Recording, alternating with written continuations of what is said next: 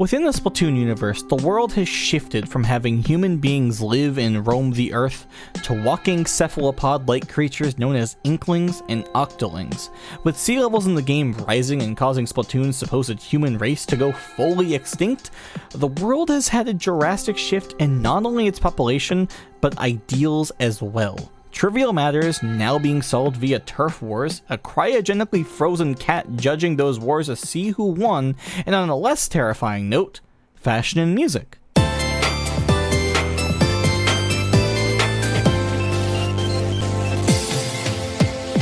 Splatoon is a very unique IP from Nintendo, and as such, I feel like it makes sense to briefly cover what the game was going to be first, before we delve a little deeper.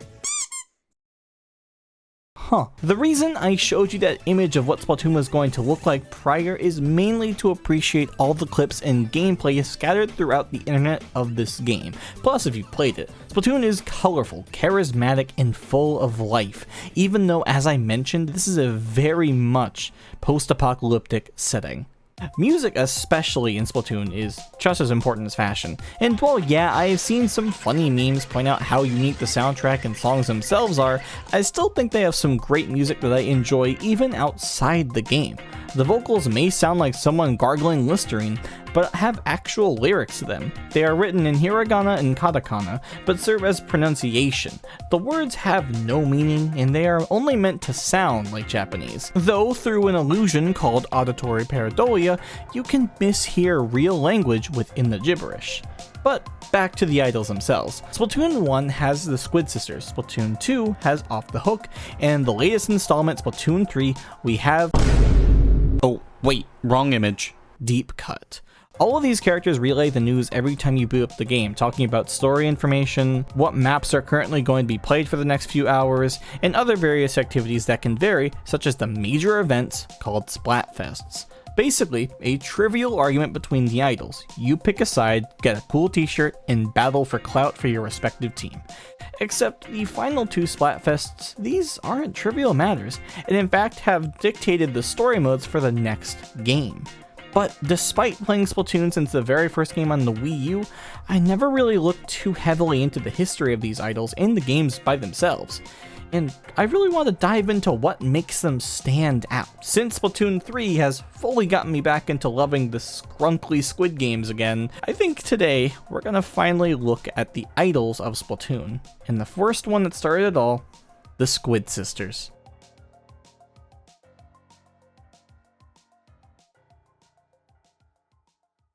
We have the Squid Sisters. The iconic pop duo that captured many Inklings and Octolings' attention has a song that can quite literally save people and are absolutely stylish. The duo was made up of members Callie and Marie. Before we delve into their story and how they came to be, let's take a glance at their design and outfits and such. Because out of all the idol groups in Splatoon, I still have a major soft spot for the Squid Sisters, more than likely for nostalgia. They are obviously Inklings, and that much can be said. Both wear similar outfits as well, the major difference being the colors they each represent, on their all-black outfits, being pink for Callie and green for Marie.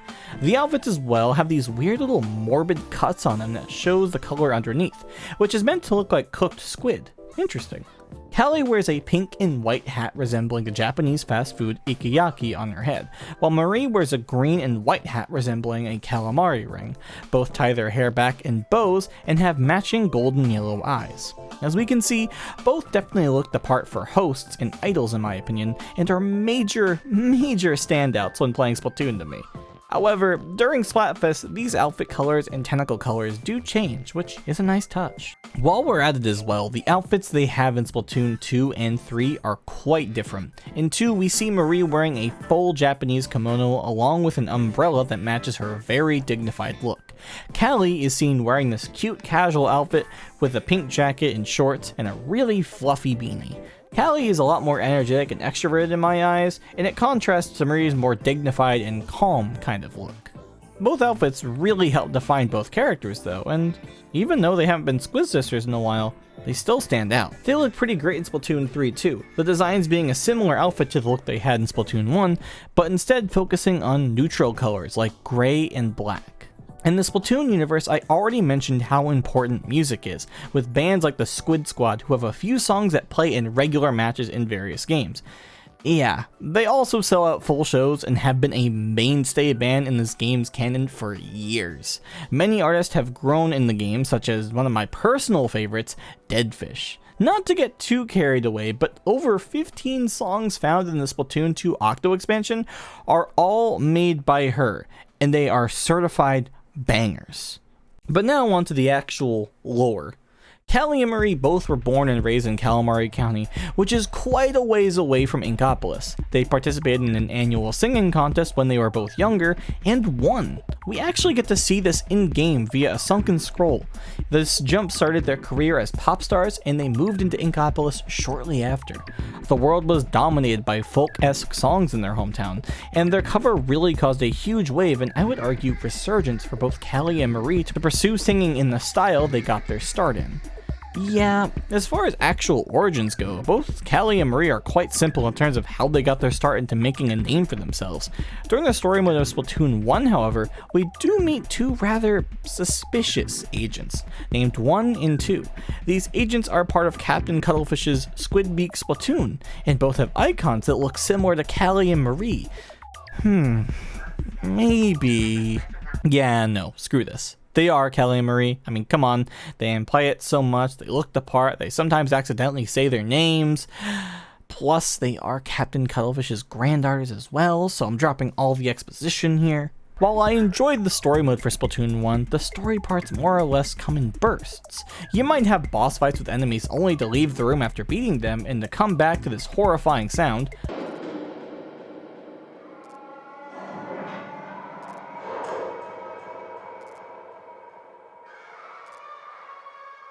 But the actual plot of returning the Great Zapfish to restore power to Inkopolis and stop the Octarians from winning is as far as plot goes here. Not a bad thing though. The biggest and coolest moment out of all of them is at the very end. While fighting the game's final boss, known as DJ Octavio, on the last and final phase we hear the one song that in my opinion defines who Callie and Marie are as idols. Calamari Inkantation.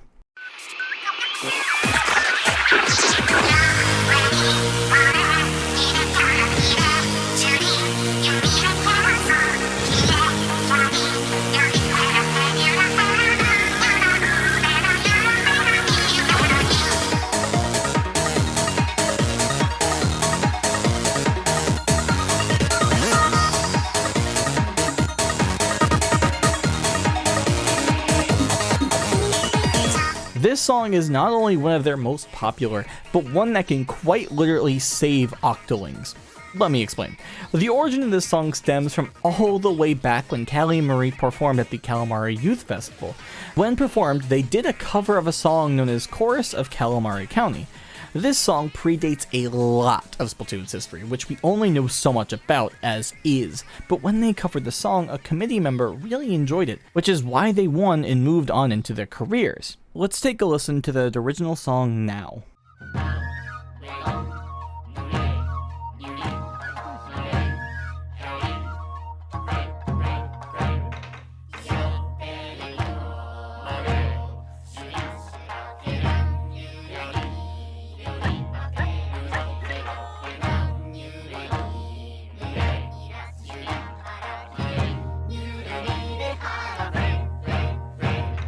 Basically viewed this song as a folk rendition of Calamari Inkantation itself. This song is only found via a promotional video on YouTube and through the Splatoon soundtrack.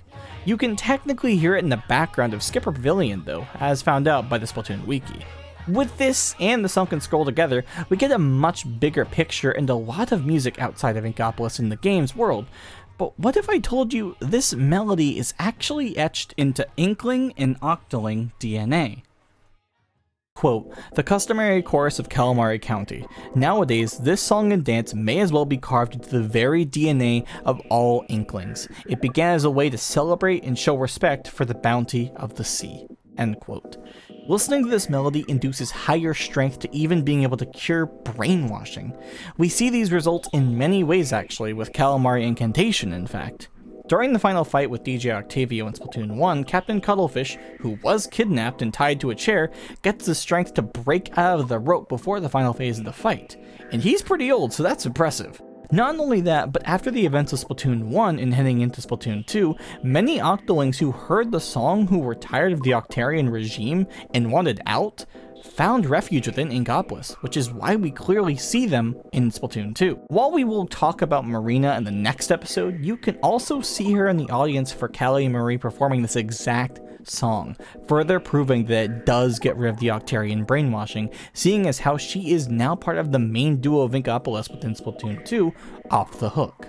There are many versions of this song too, and it can be heard in so many parts of the game if you listen closely. If you play Splatoon 2's Octo expansion, 10 out of 10 DLC, you can sometimes hear what the developers call an auditory illusion.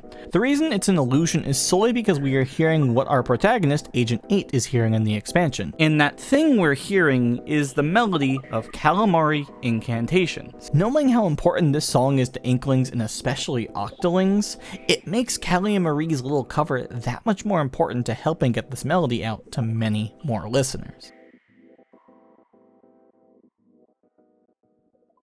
But they do not get famous off of just one hit song. The Squid Sisters in fact do have other songs that they have made that do show up within Splatoon 1. Some were primarily there from the Splatfests, like the song City of Color, which is the one song you can hear them perform while on the trucks during these events. Even the news theme is replaced with this instrumental as well during a Splatfest, which is a nice way to make these events a lot more eventful, for lack of better words. Plus, I quite like both versions of the song, and they feel kinda nostalgic for someone who played way too much Splatoon. Ink Me Up is one of the other songs they perform, and this is the one heard in the game during regular matches. It's a very intense song, honestly, and fits the overall vibe of a turf war in-game. But if you were lucky enough to play Splatoon during a Splatfest, Ellie and Marie can be heard chanting in a few parts of the song to hype up not only the teams, but the crowd. But with 1 minute on the clock, Ink Me Up changes to the song Now or Never. The thing about Now or Never that makes it special for Callie and Marie is the original used at the last minute of a turf war was performed by a group in the Splatoon universe we talked about called the Squid Squad. Callie and Marie's version is played during Splatfests only, and with it comes a few changes. This version is less intense than the original, with more of a celebratory theme, with production leaning more towards the pop style of the Squid Sisters rather than the rock-based original. I personally prefer this take on the song. Marie Time Memory, which is played at the crest of Splatoon 1 when all is well once the Great Sapfish is saved. It's a very slow-paced, relaxed pop song, and it's a remix of City of Color, but features new vocals from the duo along with sampling from songs such as Splat Attack, and even towards the later half of the song, it switches to a slow electronic cover of Calamari Inkantation. I told you this song's everywhere.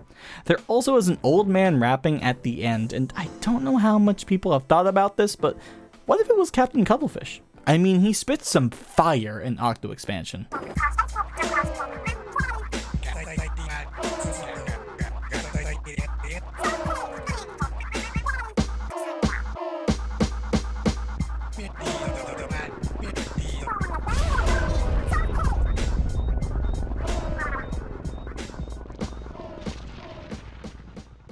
But one such thing I want to talk about now would be the final Splatfest in Splatoon. While many either were never around or actually were there on the battlefield those days, the last event out of all of the minor trivial matters we've got was who was better, Callie or Marie. I voted on Callie because she's my favorite. During this whole event, the final song that was played was none other than a new remix of Calamari Inkantation. And I really enjoyed this one. I remember how exciting it was to be there at the very end of this game's life cycle, and knowing how important it was to me at the time. I mean, this game consumed me for a while. But the final result was 54% Marie and 51% Callie. And while the ending of Splatoon 1 was pretty uplifting, after losing, Callie and Marie went off to take a break from performing and being the Squid Sisters, which led both to focus on their solo careers. They each have one solo song that can be heard via the amiibo of all things. So yes, going out of my way to buy both of these figures was a business expense. But plus they're cute. Callie's solo song can be found from her amiibo, and it's known as Bomb Rush Blush, and by far it's one of my favorite songs within Splatoon. It's energetic, fast-paced like most Splatoon music, but something about this solo song just lets Callie's full personality display right in front of us. I mean, when you scan the actual figure, she performs while Marie sits and watches, which is just wholesome. Marie also has a solo song too from her amiibo called Tide Goes Out. As someone who loves chilled out and relaxed music, this song just clicked with me instantly. It's not my personal favorite, but I really enjoy how bass heavy this song is and the use of more Eastern instruments along with synths that sound like an older video game. This song just gets to show off Marie's personality, and again with the performance you get while scanning the amiibo, it's just super cute in my opinion. Just look at Callie sitting there watching. It's so cute.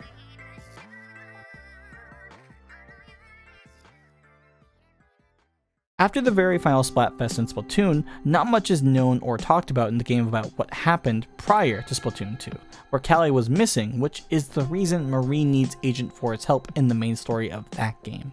But there is always a Squid Sisters Stories, which was a web series story that focused on Callie and Marie's relationship between the first two games. And I didn't even know it existed until researching this video. Callie and Marie had no bad blood, and in fact still kept in touch, but since focusing on their solo endeavors, both ended up not being able to see each other all too often.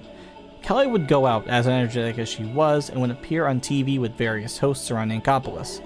Filming would often continue late into the night, and many days she didn't return home at all. Marie received critical praise for her recording of Tide Goes Out and became a frequent guest on music shows, in addition to performing live concerts on her own. Up to this point, whether heading out for the day or coming home at night, the two had always been together. Now though, their different schedules meant they didn't see each other as often, even on their days off. They still found time to go places occasionally, like Arowana Mall, and walk around as cousins rather than idols, and catch up with friends they made in Inkantation. They still deeply cared about each other, and Marie often drifted in her head wondering if the results of the final Splatfest actually affected Callie deeply, and was the reason she wasn't returning home as much and was seemingly busy all the time. Quote, "How had Callie truly felt when the results of the final Splatfest had been announced? She seems disappointed. Of course, but that was just because she'd lost, right? Or is she actually jealous of my rising popularity? Could she still be holding it against me after all this time? Just listen to yourself, Marie. You're overthinking this. You know Callie would never feel that way. Maybe all this worrying was actually giving you some sort of superiority complex. Maybe winning that final Splatfest has made you full of yourself." Even Callie worried about Marie when she wasn't around, and despite both of them having very busy schedules, found time to still go places occasionally, like the mall or the cafe to catch up with friends in Inkantation like Krusty Sean, or go shopping from time to time. They remembered how fun it was to be around each other, talking about everything happening in their constantly busy lifestyle. They got lost in conversation and time slipped away. Quote, "Fun. Didn't quite do it justice though. It was more than that. Something special that made their hearts full. They felt as though the clouds that had been gathering around them had suddenly blown clear." Before long though, Marie was going back to Calamari County to go see her family, who she had not seen in a long while after moving with Inkantation. Callie did join her, however, and was able to score some time off, and was even advised by her manager that some R&R would help her a lot. However, after this trip, Marie could not find Callie anywhere. Anxiety filled her mind, her heartbeat racing, trying to find her whereabouts, and it was a lot to handle. She was worried the worst had happened. Marie heads back to Inkantation and cuts her trip short, but to no avail, still cannot find Callie anywhere. This is where we leave off, and again, where Agent 4 from Splatoon 2 will come in handy for the story mode. The actual story itself is super gripping for being a web series, and I have linked it in the description so you can get a further emotional deep dive, if you so choose. By the final boss of Splatoon 2, which is DJ Octavio, again, and to sum up, Callie does get mind controlled and is found that she got kidnapped by DJ Octavio. Unlike the Octolings from before, who had to wear this old fangled Octoling headgear, now Callie is shown with these sick shades, plus a new remix of her solo song Bomb Rush Blush, which does play and makes the fight pretty grand in my opinion, and it really shows how much Marie cares about her cousin. even though when you rematch this fight, Marie does scold Callie for joining back up with Octavio, but her argument is valid. Those shades are sick. And in Splatoon 3, they do show up again, but with Agent 3 from the first game as a captain, and Callie and Marie reprising their roles as Agents 1 and 2 alongside Captain Cuttlefish for the story mode in that game.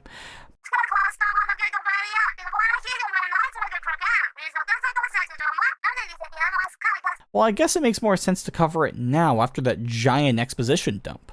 Fresh Start is one of the last main songs they have in their discography, and is heard in the credits of Splatoon 2.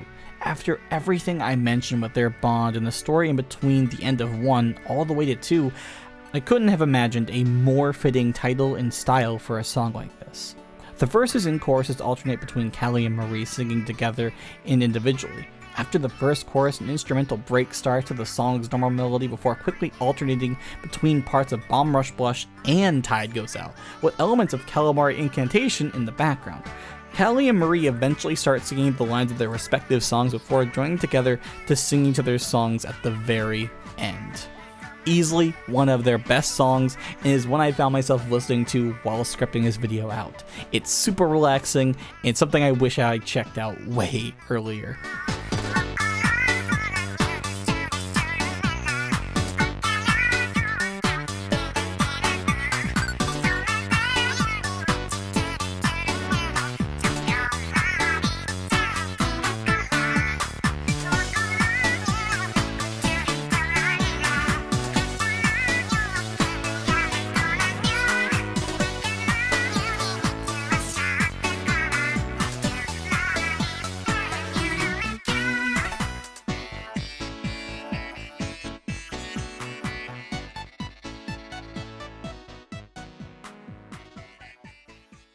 Callie and Marie have quite a personality throughout the main games, but being entirely honest, I think it shined the best when it came to the Splatfests. So much petty banter that seems like small arguments amongst friends, and it made these idols much more memorable.